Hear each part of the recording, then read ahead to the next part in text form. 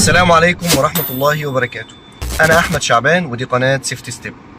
إيه الفرق بين ال WLL وال SWL؟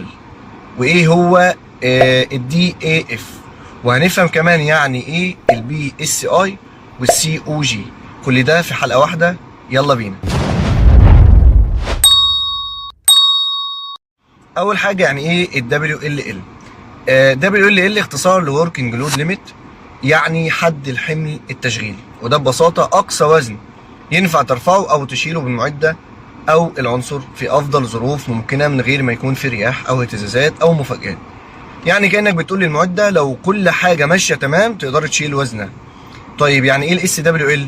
ال SWL اختصار لسيف Working Load، وده الحمل الآمن اللي ينفع تشتغل بيه فعليا في الموقع بعد ما نحسب الظروف اللي حوالينا. يعني لو في رياح أو تربة مش ثابتة أول المعدة هتتحرك لازم ننقص شوية من ال WLL علشان نحافظ على سلامة الناس والمعدة. طيب بنحسب ال SWL ازاي؟ بنقسم ال WLL على حاجة اسمها ال DAF اللي هي Dynamic Amplification Factor، وده عامل أمان بيحسب تأثير الحركة الديناميكية زي الهزات أو التسارع أثناء الرفع، وده عمره ما بيكون أقل من 1، وغالبا بيبقى 1.3 1.3 أو 1.5 أو أكتر حسب الظروف. يعني مثلا لو ال WLL 10 طن وال DAF 1.5، يبقى 10 على 1.5 يساوي ال SWL حوالي 6 طن 66، وده اللي ينفع ترفعه بأمان. ايه هو ال BSI؟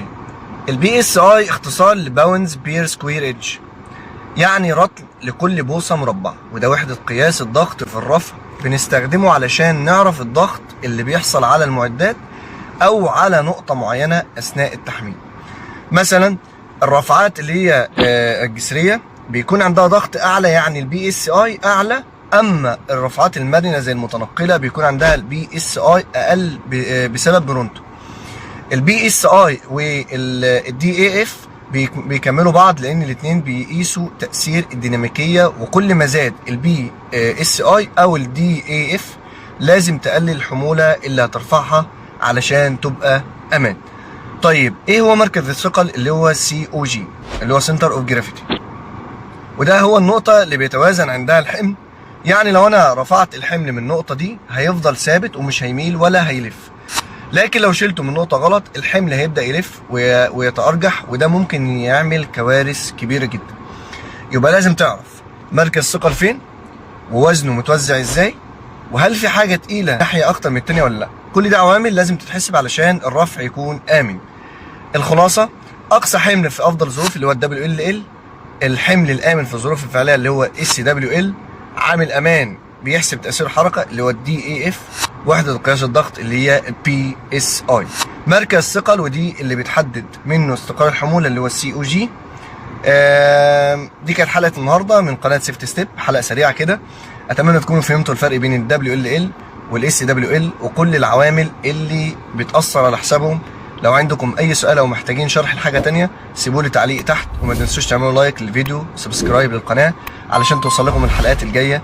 انا احمد شعبان، اشوفكم على خير، وسلامه العمل دايما المقام الاول. سيفتي ستيب ده خطوه امان بتبدا بيك. السلام عليكم.